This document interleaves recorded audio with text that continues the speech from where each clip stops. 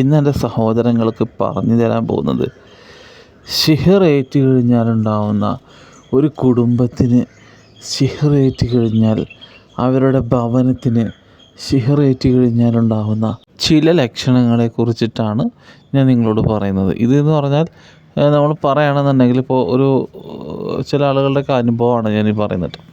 അപ്പോൾ ഒരു പുതിയ വീട് നമ്മൾ കയറ്റിക്കുകയാണെന്നുണ്ടെങ്കിൽ, പുതിയ വീടായാലും ശരി, പഴയ വീടാണെങ്കിലും ശരി, അതിൽ ജീവിക്കുന്ന കുടുംബങ്ങളാണെങ്കിലും ശരി. അപ്പോൾ ഈ പുതിയൊരു വീട് നമ്മളിപ്പോൾ ഒരു പുതിയ വീട് തന്നെ നമുക്ക് എടുക്കാം. ഒരു പുതിയ വീട് നമ്മൾ എടുത്തു കഴിഞ്ഞാൽ ആ വീട് കയറ്റി അതിലൊരു 4 മാസത്തോളം സമാധാനവും സന്തോഷവും എല്ലാം നിറഞ്ഞ സന്തുഷ്ടമായിട്ടുള്ള നല്ല കുടുംബജീവിതം ഇങ്ങനെ തുടരുന്ന സമയത്താണ് പെട്ടെന്ന് ആ കുടുംബത്തിൽ നിസ്സാരമായിട്ടുള്ള കാര്യങ്ങളെ ചൊല്ലിയിട്ടുള്ള വഴക്ക്. എന്ന് വെച്ചാൽ ഒരു ഗ്ലാസ് പൊട്ടി, ഒരു കുപ്പി ഗ്ലാസ് നിലത്ത് വീണ് കഴിഞ്ഞാൽ അതൊരു സംഗതി നിസ്സാരമായിട്ടുള്ള ഒരു ഗ്ലാസ്സാണ്, ഒരു കുപ്പി ഗ്ലാസ്സാണ്. അത് ഉദാഹരണം പറയുകയാണ്. അത് വീണ് കഴിഞ്ഞാൽ ഒരപാരമായിട്ടുള്ള വക്കാണങ്ങൾ കണ്ടു തുടങ്ങുക. അതുപോലെ തന്നെ അവിടെയുള്ള സാധനങ്ങൾ നശിച്ചു പോവുക. ഓട്ടോമാറ്റിക്കായിട്ട് നമ്മൾ തൊടുമ്പോഴേക്കും അവിടെയുള്ള സാധനങ്ങൾ നശിച്ചു പോവുക. അതുപോലെ തന്നെ ഓരോരുത്തർക്ക് രോഗങ്ങൾ കടന്നു വരിക. അതിന് തുടക്കമായി കടന്നു വരുന്നത് ആ വീട്ടിൽ വളർത്തുന്ന കോഴികൾ, പശുക്കൾ, അതുപോലെ തന്നെ മറ്റ് ജന്തുക്കൾ, അതായത് കോഴികൾ, പിന്നെ പോത്ത്, അതുപോലെ തന്നെ മോരി, പശു, ഇതൊക്കെ നമ്മുടെ വീട്ടിൽ വളർത്തുന്ന ആട്, ഇതിനെയൊക്കെ വളർത്തുമ്പോൾ അത് നമ്മൾ ഏറ്റവും കൂടുതൽ അതിനാണ് ആദ്യം ബാധിക്കുക.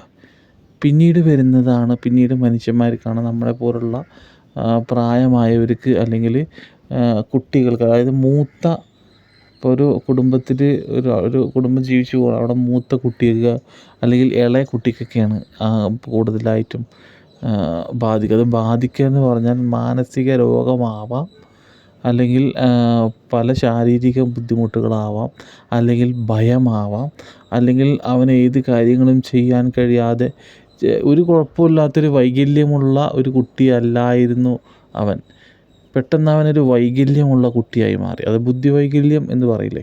ഇപ്പം നമ്മളൊരു ഷോപ്പിലേക്കോ അല്ലെങ്കിൽ ജോലിക്കോ പറഞ്ഞയക്കുമ്പോൾ ആ ജോലിയോ ആ ഒരു കാര്യങ്ങൾ, ഒരു ദൗത്യം അവനെ ഏൽപ്പിച്ചു കഴിഞ്ഞാൽ അത് ഭംഗിയായിട്ട് ചെയ്യാൻ അവന് ബുദ്ധിയുണ്ടെങ്കിലും അവന് കഴിയുന്നില്ല. അവനൊക്കെ എന്തൊക്കെയോ പറ്റിപ്പോയി എന്ന് വെച്ചാൽ അവനൊക്കെ എന്തൊക്കെയോ ചെയ്തുകൊണ്ടിരിക്കുമ്പോൾ ബ്ലാങ്കായി പോകുന്ന അവസ്ഥ.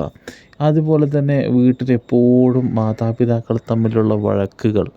അതുപോലെ തന്നെ എത്ര അധ്വാനിച്ചാലും ആ കുടുംബത്തിന് ദാരിദ്ര്യം തീരുന്നില്ല. 3 പേർ അധ്വാനിച്ചാലും അരി മേടിക്കാൻ കഴിയുന്നില്ല. അതുപോലെ തന്നെ ഏത് സമയവും പ്രശ്നങ്ങളാണ്. എപ്പോഴും ഹോസ്പിറ്റൽ കേസാണ്. ഈ ഹോസ്പിറ്റലിൽ കൊണ്ടുപോയിട്ട് ലക്ഷങ്ങൾ ചിലവാക്കിയിട്ടും ശാരീരിക ബുദ്ധിമുട്ടുകളും അസുഖങ്ങളും മാറുന്നില്ല. അതുപോലെ തന്നെ പല സ്കാനിങ് റിപ്പോർട്ടുകളിലും നല്ല അതുപോലെ തന്നെ ഒരു കുഴപ്പവുമില്ല എന്ന് പറഞ്ഞ റിസൾട്ട് ഡോക്ടർമാർ വിധി എഴുതിയിട്ടും ആളിന് സുഖമില്ലാതെയാവുകയാണ്.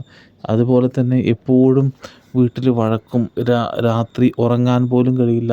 ഉറങ്ങിക്കഴിഞ്ഞാൽ ആരോ വന്ന് തോണ്ടുന്ന പോലെ, വാതിൽ നന്നായി അടിക്കുന്ന പോലെ, എന്തൊക്കെയോ അസ്വസ്ഥതക്കേട് ആ വീട്ടിൽ കടന്നുറങ്ങുമ്പോൾ എന്തൊക്കെയോ ശാരീരികമായ ബുദ്ധിമുട്ടുകൾ, ആരൊക്കെയോ പിടിച്ച് കുലുക്കുന്നത് പോലെ, അതുപോലെ തന്നെ എന്തെല്ലാം ടെൻഷനുകൾ അടിഞ്ഞ് കൂടി ചടഞ്ഞ് വീട്ടിലേക്ക് ഇങ്ങനെ ഇരിക്കുന്നൊരവസ്ഥ, തൊഴിലില്ലാത്ത അവസ്ഥ, വർഷങ്ങളോളം അധ്വാനിക്കാൻ കഴിയാത്ത അവസ്ഥ, അധ്വാനിക്കാൻ പലയിടത്തും പോയാലും പല പ്രശ്നങ്ങളായിട്ടും അയാൾ വീട്ടിലേക്ക് തന്നെ മടങ്ങി വരിക.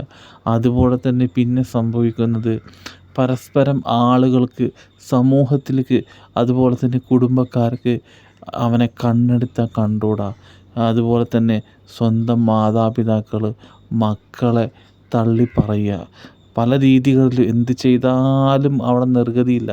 എന്ത് പുതിയ സാധനം മേടിച്ചാലും തകർന്നു പോവുകയാണ്. എന്തൊക്കെയോ അവിടെ സാധനങ്ങൾ ഓട്ടോമാറ്റിക്കായിട്ട് പല രീതികളിലും അവിടെ നശിച്ചു പോവുകയാണ്. വീട് മൊത്തം നശിച്ചു പോവുകയാണ്. അതുപോലെ തന്നെ രാത്രിയിൽ കിടന്നുറങ്ങുന്ന സമയത്ത് ആരോ വന്ന് തോണ്ടുന്ന പോലെ, അതുപോലെ തന്നെ ആരോ ഉറക്കിൽ ശല്യപ്പെടുത്തുന്നത് പോലെ, ആരോ ദേഹത്ത് കയറുന്ന പോലെ, ആരൊക്കെയോ വീടിൻ്റെ വാതിൽ വന്ന് മുട്ടുന്ന പോലെ, അതുപോലെ തന്നെ ആ വീട്ടിൽ സ്വസ്ഥതയും സമാധാനവുമില്ല. എന്ത് നല്ല കാര്യങ്ങൾക്ക് ഇറങ്ങിയാലും തടസ്സമാണ്. നിസ്സാരമായിട്ടുള്ള നല്ല കാര്യങ്ങളുണ്ടാവുമല്ലോ. ഇപ്പോൾ ഒരു വിവാഹ ചടങ്ങിന് ഇറങ്ങാൻ നമ്മൾ തീരുമാനിച്ചു കഴിഞ്ഞാൽ, അല്ലെങ്കിൽ ഒരു ഫങ്ഷന്, വേറെ വല്ല ഫങ്ഷനും, അതുപോലെ തന്നെ മറ്റ് പരിപാടികൾക്ക്, നല്ല നല്ല പരിപാടികൾക്കൊക്കെ നമ്മൾ വീട്ടിൽ നിന്നും ഇറങ്ങിത്തിരിക്കാൻ തീരുമാനിച്ചു കഴിഞ്ഞാൽ അത് തടസ്സപ്പെടുക, അങ്ങോട്ടേക്ക് എത്താൻ കഴിയാതിരിക്കുക. അതുപോലെ തന്നെ ഭക്ഷണം കഴിക്കാനിരിക്കുമ്പോൾ മൂത്രശങ്ക, അതുപോലെ തന്നെ എവിടേക്കെങ്കിലും പോവാൻ, അർജൻറ്റായിട്ട് പോവാൻ അയാൾ തീരുമാനിച്ചു കഴിഞ്ഞാൽ അയാൾക്ക് അപാരമായിട്ട് മൂത്രമൊഴിക്കാൻ മുട്ടുക.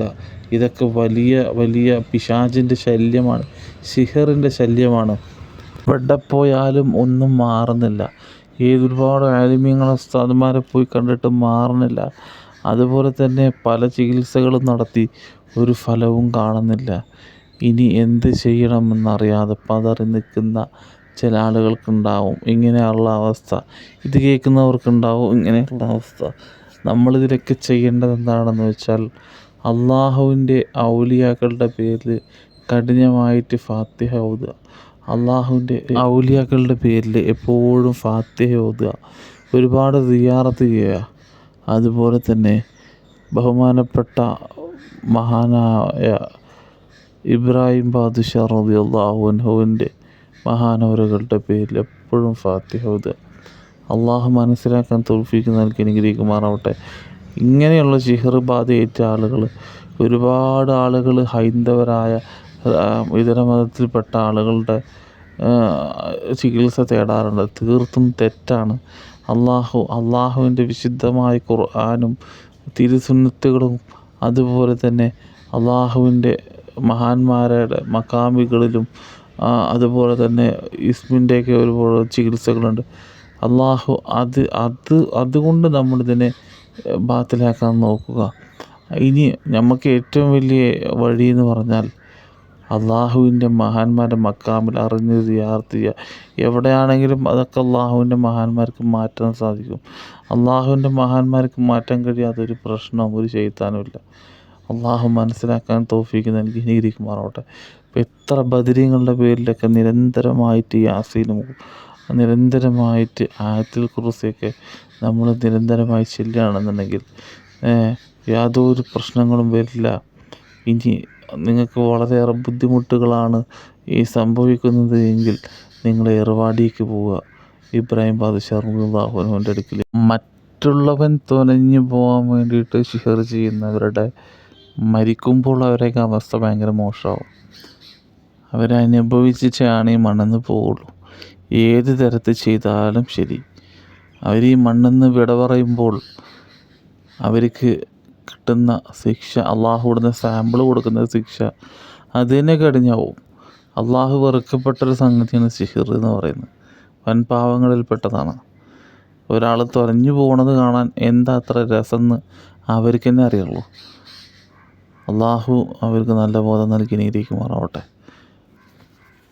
സിഹർ ഏറ്റവർ നല്ല ചികിത്സാരികളായ ഉസ്താദന്മാരുണ്ട്, അവരെ പോയി സമീപിക്കുക, അതിനുള്ള ചികിത്സ തേടുക. എല്ലാവരും ദുആ ചെയ്യുക. അസ്സലാമു അലൈക്കും.